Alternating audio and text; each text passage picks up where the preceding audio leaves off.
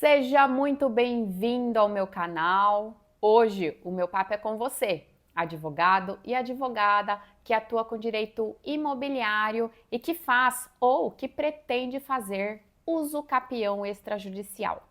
Neste vídeo eu vou trazer o passo a passo da atuação do advogado no procedimento, mas também quero falar sobre a má conduta de alguns profissionais. Quem já assistiu alguns vídeos no meu canal sabe que eu trabalhei bastante tempo em cartório e por conta disso eu tenho muitos amigos que trabalham em cartório de notas, de registro de imóveis e eu tenho escutado coisas muito negativas a respeito de alguns profissionais. Alguns escreventes me relataram que tem advogado que simplesmente pega toda a documentação do cliente para fazer uso capião e joga para o cartório fazer tudo. Gente, tem advogado que não tira nem a matrícula do imóvel. Tem advogado que pede para o escrevente do cartório fazer tudo. Fazer a estratégia jurídica, escolher a espécie da usucapião, conversar com testemunhas, fazer a diligência no imóvel sozinho. Tem advogado que não faz análise, enfim, tem advogado que não quer fazer nada. Joga toda a responsabilidade e as obrigações para o cartório. Isso está muito errado. Primeiro, porque o cliente nos paga para a gente trabalhar e não para a gente transferir as nossas obrigações para outra pessoa fazer. Em segundo lugar, porque se o advogado não atua nessa primeira fase da usucapião, que é tirar as certidões, analisar a documentação, escolher a espécie da usucapião, esse advogado não vai estar apto para conferir a ata notarial e verificar se o cartório fez o correto. Além do mais, se essa usucapião tiver uma impugnação, virar um processo judicial, o advogado não vai saber defender esse procedimento, essa usucapião. Não vai estar apto, porque nem estudou a documentação do imóvel. Isso está muito errado.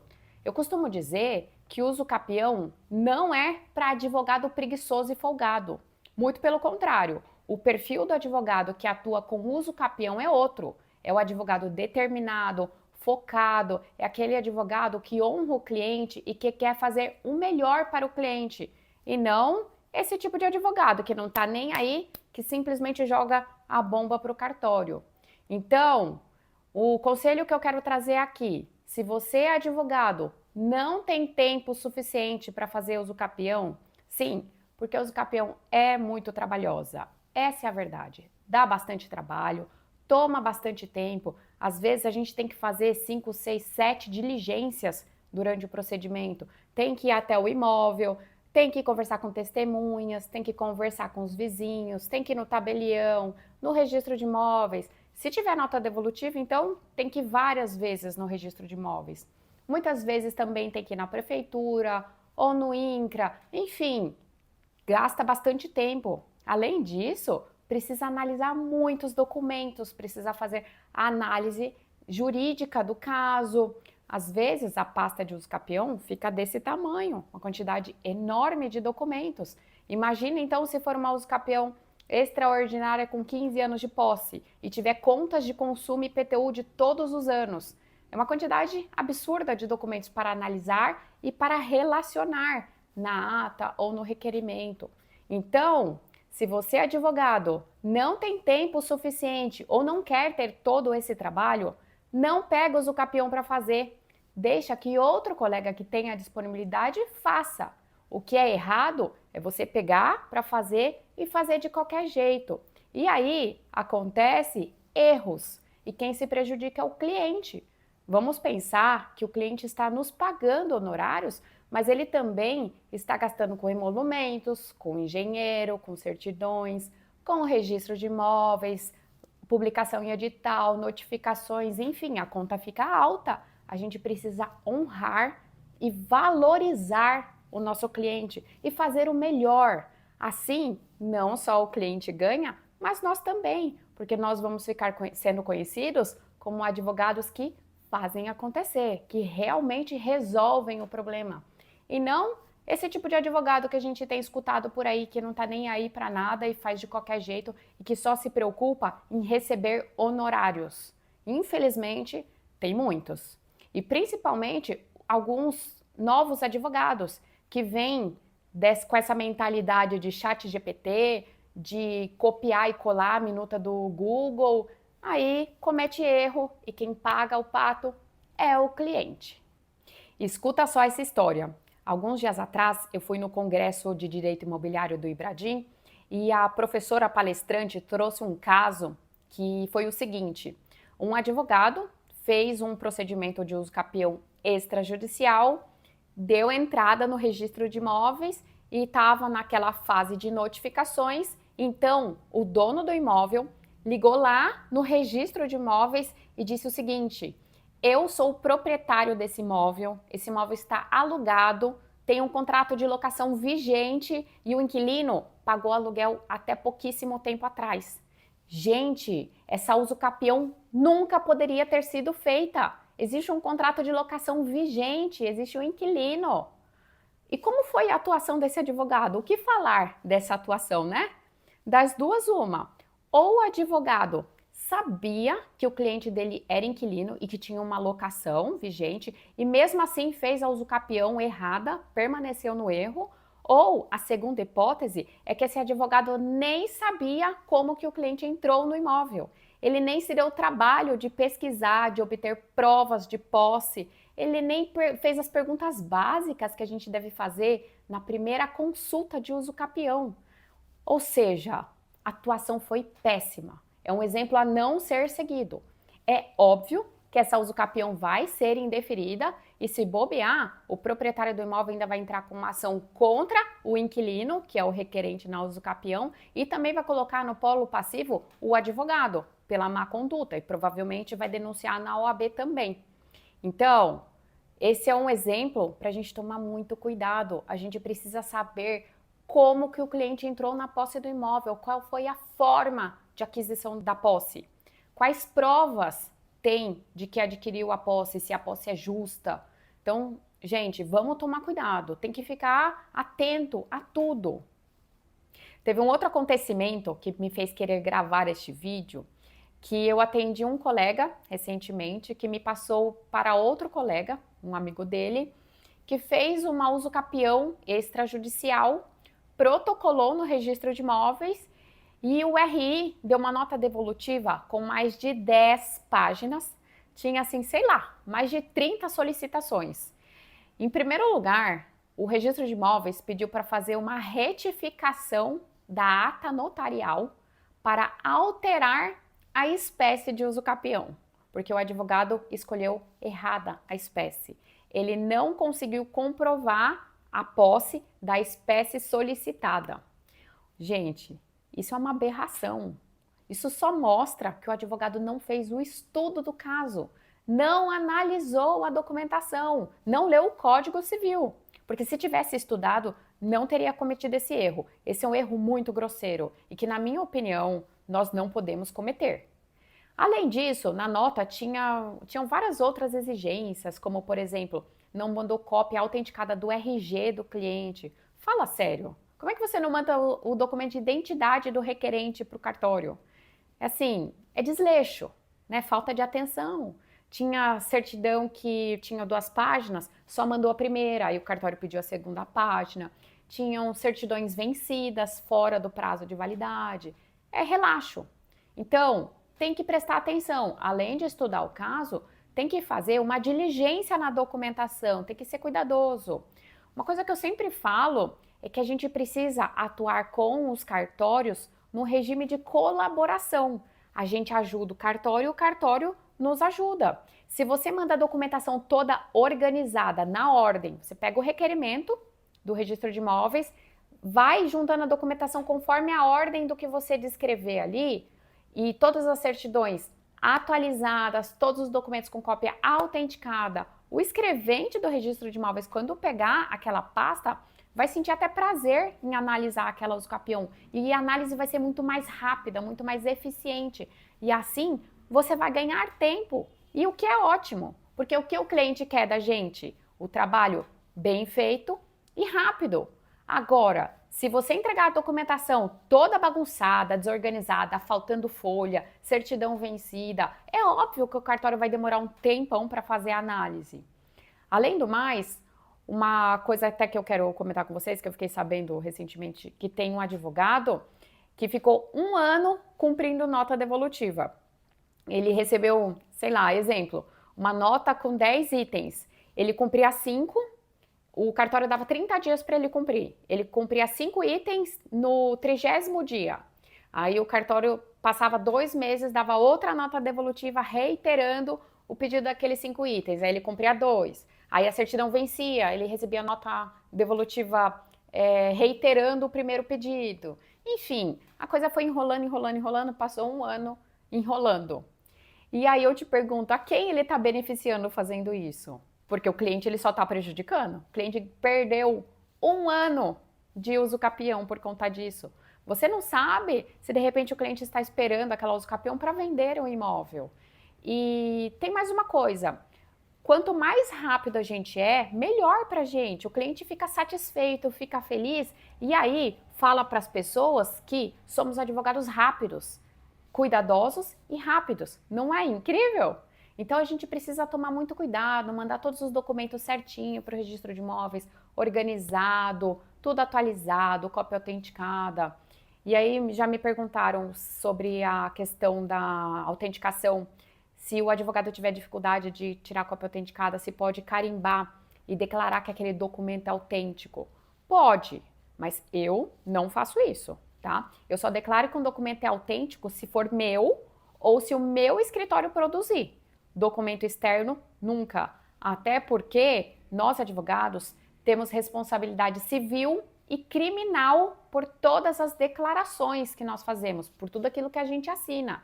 Então, o que eu peço é para o cliente me trazer a cópia autenticada dos documentos e eu já envio tudo para o registro de imóveis certinho. E aí a análise acontece muito mais rápida.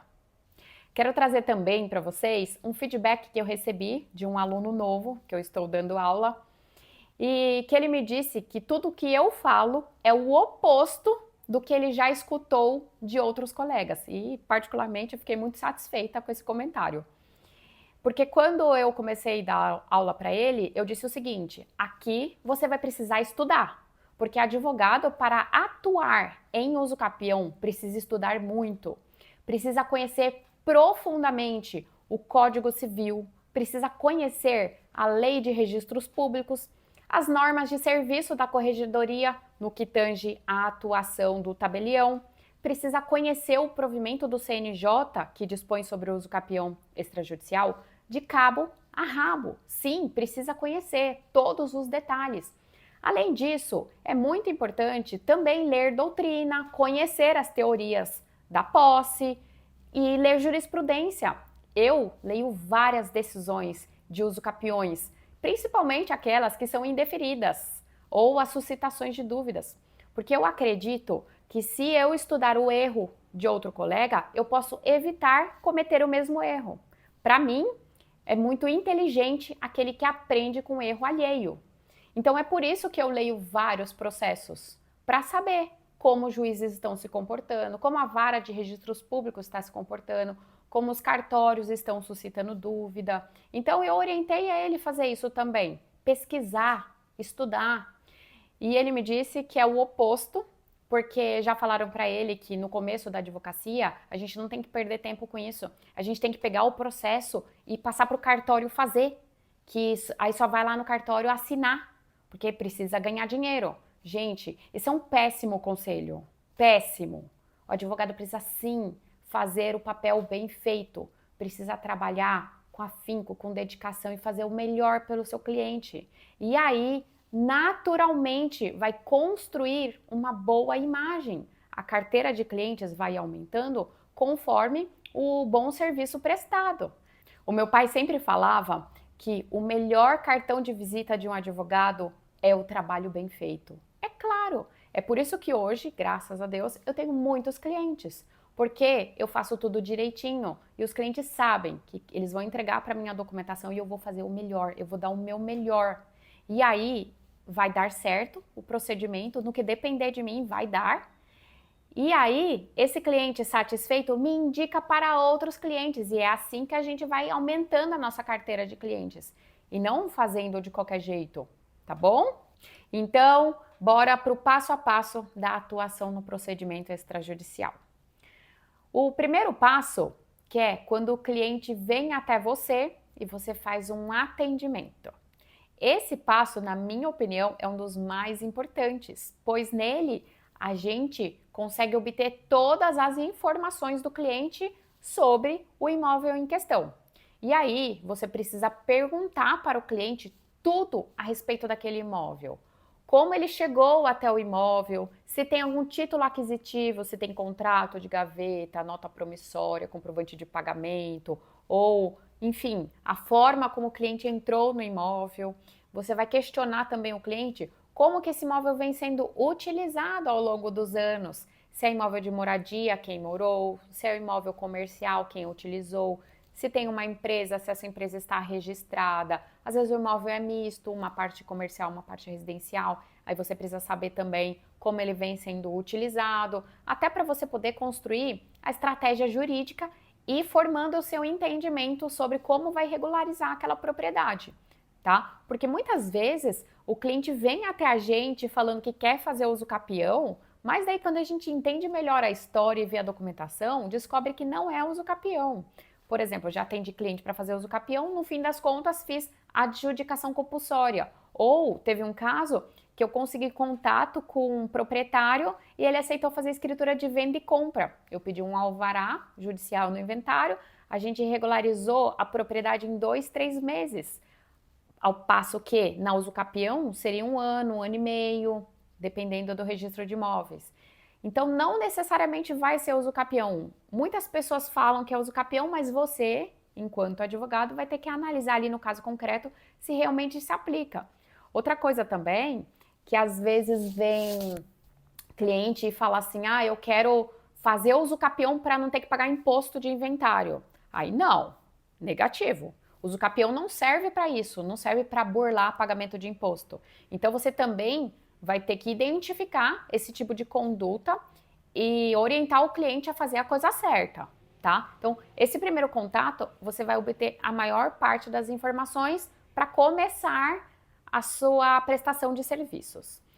No meu escritório, eu tenho um questionário pronto com várias perguntas. Forma de aquisição de posse, se tem contrato, se é urbano rural, quantos metros quadrados tem, se o cliente tem outro imóvel, quem utiliza, se paga IPTU, enfim. Tem um questionário bem longo e eu peço para o cliente preencher. Eu oriento, inclusive, a todos os advogados a fazerem isso, porque é muito bom. Primeiro porque você pode levar esse questionário até o tabelião de notas para o cartório verificar ali que foi o próprio cliente que preencheu.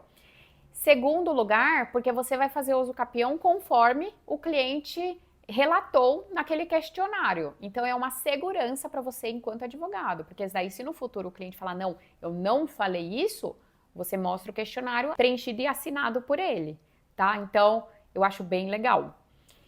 E a segunda fase é quando você vai passar para o cliente os custos da uso capião. E aí, a uso capião sendo extrajudicial, você vai passar os seus honorários advocatícios. Nesses honorários, tem que ficar bem claro para o cliente lá no contrato de prestação de serviço o que abrange. Porque às vezes a uso capião começa consensual no cartório, mas termina num litígio danado e o processo pode levar anos, pode parar na justiça e um processo super longo, de 5, 10 anos.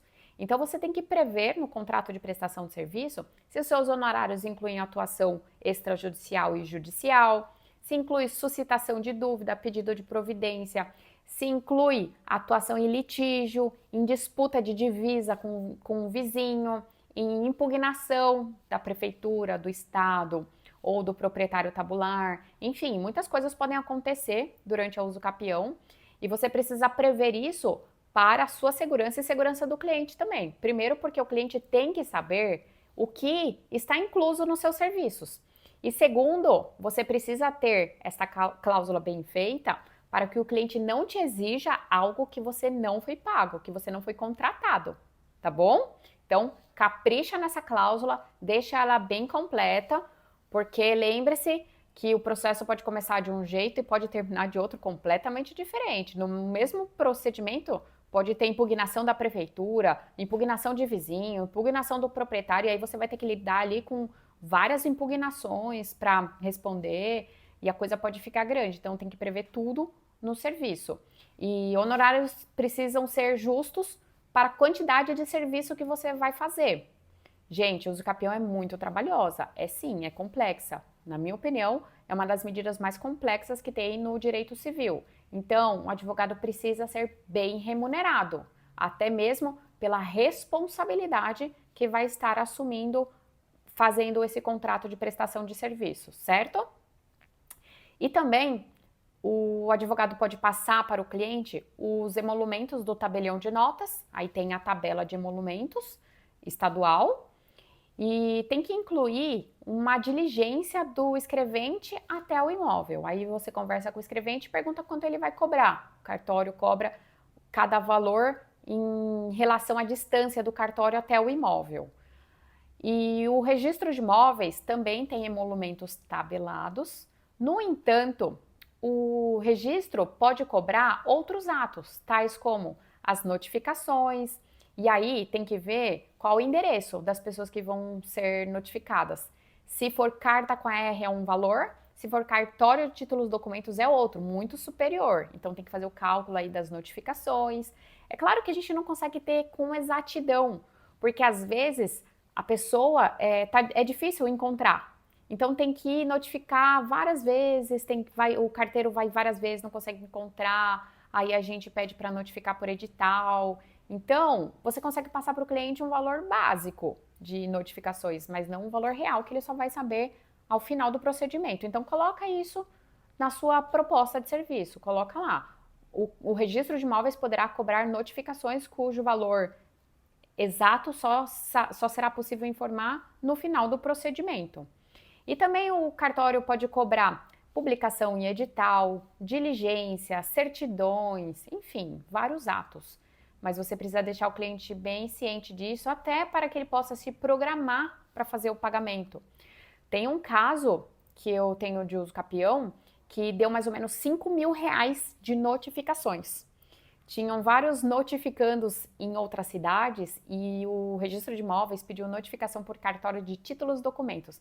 Era aí, sei lá, uns R$ 400 cada notificação. Então, o cliente pagou 6.000 de emolumentos do registro e 5.000 de notificações. Precisa ficar atento a isso, porque pode ser que o cliente não tenha dinheiro para pagar. E aí? E aí o registro de imóveis não finaliza o serviço, né? Não registra os capião se não fizer o pagamento. E além disso, tem que passar também para o cliente um valor para fazer a planta, né? Pode ser um engenheiro, arquiteto, topógrafo, agrimensor, enfim, se for aplicável ao caso, nem todo caso de uso capião precisa de planta, fique atento ao provimento do CNJ. E o engenheiro tem que emitir também o memorial descritivo e a RT. Eu já conheci engenheiro que falou que o valor que o cliente pagou só compreendia planta, não compreendia memorial e RT e cobrou um valor em apartado. Isso é um absurdo, né? Mas é preciso ficar atento, então, quando for pedir orçamento, né, para esse profissional que vai fazer a planta, se inclui memorial descritivo e a RT paga, porque tem que pagar uma taxa pela RT ou TRT. Então, passa todos esses custos para o cliente, você vai ter que também fazer um cálculo aproximado das certidões, aí tem que pedir matrícula dos confrontantes, tem que, enfim, tem que ver se tem processo judicial para desarquivar, por exemplo, do proprietário tabular ou de algum confrontante. Você vai passar um valor aproximado para o cliente também se planejar nos pagamentos. A próxima fase é a 3, que é onde você vai providenciar toda a documentação que o cliente não entregou na fase 1, né? Nessa fase 3, você já está contratado, já assinou o contrato de prestação de serviço e agora você vai correr atrás da documentação para fazer uso capião. Então, nessa fase, você vai providenciar tudo, as certidões do TJ, cíveis, criminais, Justiça Federal, vai verificar os proprietários tabulares, procurar processos judiciais de inventário, ações possessórias, reivindicatória, se tiver, tem que extrair cópia para apresentar ao cartório, vai pesquisar os confrontantes, tirar as matrículas, verificar quem são os proprietários para as notificações, vai também fazer a análise da planta que o profissional vai te entregar, vai conversar com os vizinhos, com as testemunhas. Nessa fase, você vai fazer a instrução da usucapião. É nela que você vai bater o martelo que de fato é o usucapião extrajudicial, a medida correta para regularizar aquele imóvel. Isso porque, se nessa fase você verificar que existe alguma pendência, algum litígio, por exemplo, ou impedimento, aí você nem continua com a usucapião. Porque enquanto o cliente não assinar a ata notarial, dá tempo, né? O problema é depois que já assinou, aí o cliente já gastou dinheiro com emolumentos. Então, nessa fase você vai investigar e vai descobrir tudo sobre o imóvel, sobre os requerentes, sobre os proprietários, e aí se tiver antecessor, tiver soma de posse, vai descobrir também tudo sobre os antecessores. Você vai fazer uma perfeita investigação do imóvel para formar a sua estratégia jurídica. E aí, a próxima fase é quando você vai levar tudo isso até o tabelião de notas. No meu escritório, nós redigimos a ata notarial e enviamos pronta para o tabelião, só fazer os ajustes, colocar as informações próprias e lavrar. E aí você vai me falar, mas não é obrigação do advogado fazer isso, é obrigação do cartório. Você tem razão, não é mesmo? Mas eu prefiro fazer isso por duas razões. Primeiro, porque quando a gente está digitando as informações e contando a história do imóvel, você vai pegando os detalhes, você vai olhando cada palavrinha das certidões, dos documentos, você vai formando a sua convicção jurídica, sim, porque o primeiro juiz da causa é o advogado. Então, você vai ter a oportunidade de entrar profundamente na história daquele imóvel. E aí, no futuro, se tiver uma contestação, uma impugnação, se virar judicial, se tiver suscitação de dúvida, você está firme e consegue defender aquela posse, aquela usucapião com muita segurança. E a segunda razão é para ganhar tempo, é uma razão prática mesmo. Isto por quê? Vamos pensar concretamente aqui. Você atende o cliente, pega todas as informações e aí você interpreta as informações e passa para o tabelião de notas. Você vai lá, conversa com o escrevente, conta tudo, o escrevente vai ter que anotar, aí depois redige a ata. Dá muito trabalho. O que é mais fácil? Quando você já atendeu o cliente, já escreve tudo, redige você mesmo a história e já manda por escrito para o cartório. Isso, aqui em São Paulo, gente, economiza, sei lá, uns 2, 3, 4 meses, a depender de cada escrevente. Você ganha tempo, você já manda para o cartório pronto. O cartório só vai conferir e marcar a diligência. E 3 meses, 3, 4 meses, faz muita diferença no total. É por isso que eu registro o usucapião rápida, porque eu economizo tempo em vários pontos do meu procedimento. Então, caso você não queira redigir, tudo bem também. O escrevente do cartório pode fazer isso, então você conta toda a história, leva toda a documentação. O escrevente redige a ata, te manda para você conferir e aí agenda a diligência até o imóvel. A diligência tem como objetivo o escrevente olhar o imóvel fisicamente, constatar se aquilo que foi dito de fato é a verdade. E o advogado não precisa ir, tá? Não tem essa obrigação, porque o cartório tem fé pública, mas eu acho essencial. No meu escritório, nós acompanhamos todas as diligências, não só para averiguar o serviço do escrevente, para acompanhar. Vamos imaginar que na oportunidade o escrevente conversa com um vizinho. E aí você pode testemunhar essa conversa com o vizinho. E se no futuro o vizinho falar, não, mas eu não falei isso daí não. Então você entra e fala, falou sim porque eu estava lá. Você vai testemunhar a conversa do escrevente com o vizinho, a conversa do escrevente com os clientes. E também é uma ótima oportunidade para você verificar se tem algum tipo de disputa, um litígio com o vizinho. Porque você estando lá com o escrevente, o vizinho pode falar, não concordo com essa usucapião, ele invadiu a propriedade, ou ele tomou uma parte do meu imóvel, ou ele pegou uma parte do imóvel do fundo. A gente vai impugnar. Então, nessa diligência, você pode verificar todas as informações do imóvel, conferir se aquilo que o seu cliente te disse é de fato a verdade, e você também pode intermediar conversas entre o escrevente e o seu cliente e averiguar se os vizinhos estão de acordo, se é de fato uma usucapião pacífica, calma e que tem perfil de extrajudicial. Eu gosto muito de conhecer o imóvel fisicamente, eu preciso sempre unir a parte física com a parte documental na minha mente, e quando eu conheço o imóvel as coisas ficam muito mais claras para mim. E a minha usucapião fica muito mais forte, fica mais robusta. Normalmente, o escrevente do cartório coloca lá na ata que a visita foi feita no dia tal, horário tal, com acompanhamento do advogado. Eu acho isso muito legal. Os clientes ficam bastante satisfeitos e veem que, de fato, o advogado está acompanhando de perto aquele serviço e não está simplesmente mandando o cartório fazer sozinho. Então, a diligência é feita com ou sem a presença do advogado, mas preferencialmente com a presença do advogado. E aí, assina a escritura. E a próxima fase é a de fazer o requerimento para o cartório de registro de imóveis. E essa é uma obrigação integral do advogado, porque já acabou a atuação do tabelião de notas e o advogado vai redigir o requerimento.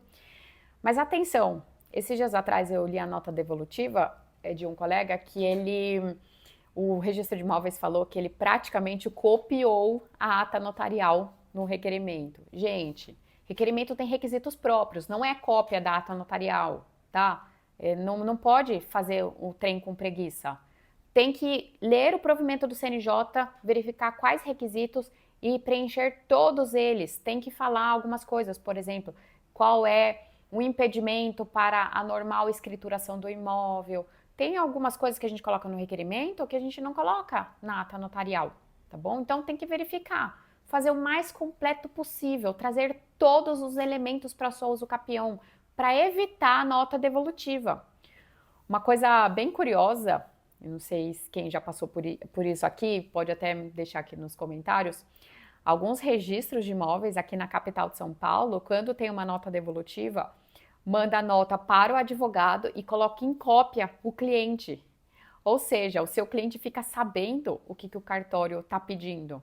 Então, imagina a vergonha é você receber uma nota devolutiva falando que foi entregue uma certidão fora do prazo e o cliente recebe cópia dessa nota devolutiva.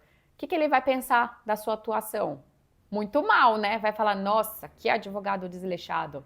Então, uma coisa que acontece normalmente é que da data que a gente dá entrada no tabelião de notas até a data que dá entrada no registro de imóveis, algumas certidões vencem, principalmente as forenses do TJ, Justiça Federal, etc.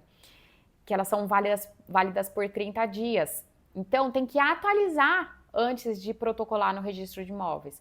O requerimento, ele tem que ser feito muito completo, muito bonitinho, e tem que anexar a ele cópia autenticada de todos os documentos que foram utilizados para fazer a ata notarial e também todas as certidões atualizadas que são mencionadas no requerimento, tá? Quanto mais completo e mais organizado você enviar para o registro de imóveis, melhor, mais rápida vai ser a análise.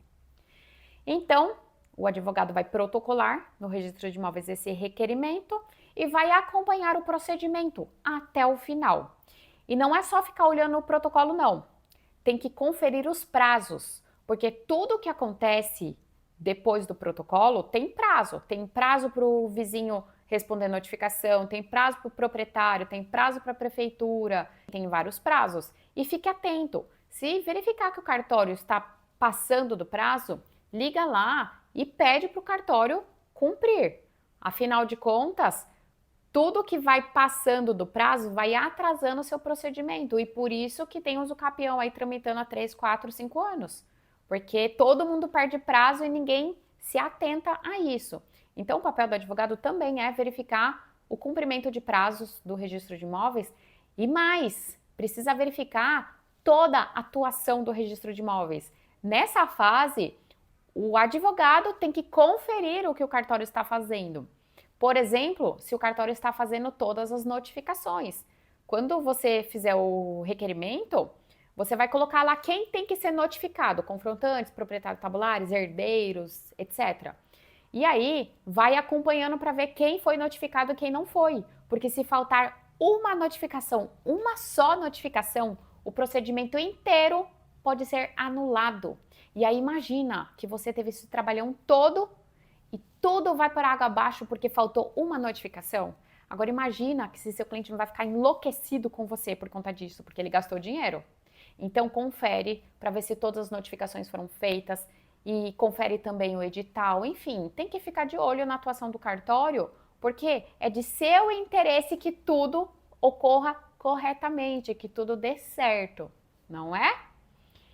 E também, se acontecer alguma coisa durante essa fase, o advogado vai responder. Por exemplo, se a prefeitura impugnar a usucapião falando que está tendo um avanço sobre a área pública, uma sobreposição de áreas, você vai precisar responder. Aí, no caso concreto, você vai precisar analisar para saber o que responder. Se responde a impugnação com, por exemplo, um laudo pericial, provando que a prefeitura está errada, ou se você acata a impugnação e altera a planta. Além disso, o Estado pode impugnar, os confrontantes, os proprietários tabulários, os herdeiros. Precisa ficar atento a isso. Se houver impugnação, responder. No provimento do CNJ tem ali qual é o procedimento para esse tipo de situação e você vai precisar analisar no caso concreto, porque não é toda impugnação que vinga também. O vizinho não pode simplesmente impugnar e falar, não gosto dele porque ele usa roupa laranja, não concordo com o usucapião. Não, tem que ter um fundamento legal. E aí você vai rebater e vai fazer o recurso se for necessário. Se tiver notas devolutivas e o registro de imóveis pedir mais documentos, mais informações, você vai cumprir também ou vai rebater se o cartório estiver errado ou se estiver se excedendo.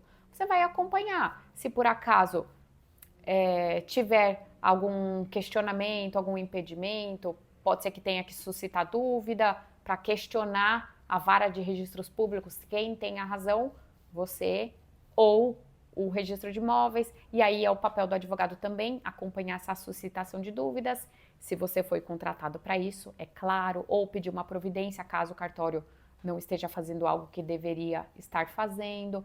É papel do advogado atuar em tudo o que acontece na usucapião. Então, a minha dica é, como eu já tinha falado lá no contrato de prestação de serviço, faça um contrato bem completo, porque não faz muito sentido você atuar em uma parte e não atuar em outra. O cliente precisa do problema dele resolvido. E aí, se outro profissional vai fazer a suscitação de dúvida, vai precisar entender toda a história que você já conhece, afinal de contas já passou por todas as etapas do procedimento, não é? Desta forma, se você cumprir direitinho o passo a passo, trabalhar com dedicação, com foco, com atenção aos detalhes, com amor e com carinho que nossos clientes merecem, não tem como não dar certo. Pode ser até que o título seja indeferido, mas não por culpa sua. Dê o seu melhor e lembre-se que tudo aquilo que a gente faz reverbera na nossa imagem, positivamente ou negativamente. E se você quiser ter aulas particulares de usucapião extrajudicial, me procura. Eu vou deixar o meu e-mail aqui embaixo. Me escreva, a gente pode marcar uma reunião para nos conhecermos e para eu entender melhor a sua necessidade e a gente faz um cronograma de aulas para atender a sua necessidade. E se você gostou desse vídeo, deixe seu curtir, deixe seu comentário e se inscreva no meu canal. Muito obrigada por ter ficado até aqui e até a próxima!